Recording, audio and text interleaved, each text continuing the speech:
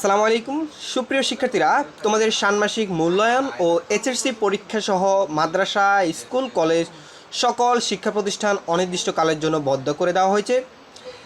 শিক্ষা মন্ত্রণালয় থেকে প্রাপ্ত যে নোটিশটি দেওয়া হয়েছে, আমি সেই নোটিশটি তোমাদেরকে পড়ে শোনাচ্ছি। এখানে বলছে যে সারা দেশের মাধ্যমিক ও উচ্চ মাধ্যমিক পর্যায়ে সকল শিক্ষা প্রতিষ্ঠান, পলিটেকনিক ইনস্টিটিউট সহ সকল প্রতিষ্ঠানের কার্যক্রম অনির্দিষ্টকালের জন্য বদ্ধ করে দেওয়া হয়েছে। মঙ্গলবার 16 জুলাই সন্ধ্যায় হঠাৎ এক বিজ্ঞপ্তিতে এমন নির্দেশনার কথা জানিয়েছে শিক্ষা মন্ত্রণালয়।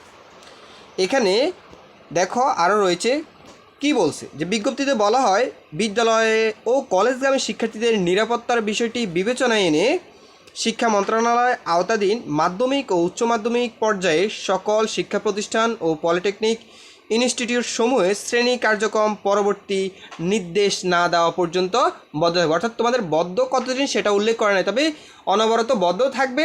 যেদিন খোলা হবে সেদিন তোমাদেরকে আমরা জানিয়ে দিব। সো চ্যানেলটি সাবস্ক্রাইব করে তোমরা সাথে থাকবা, ঠিক আছে?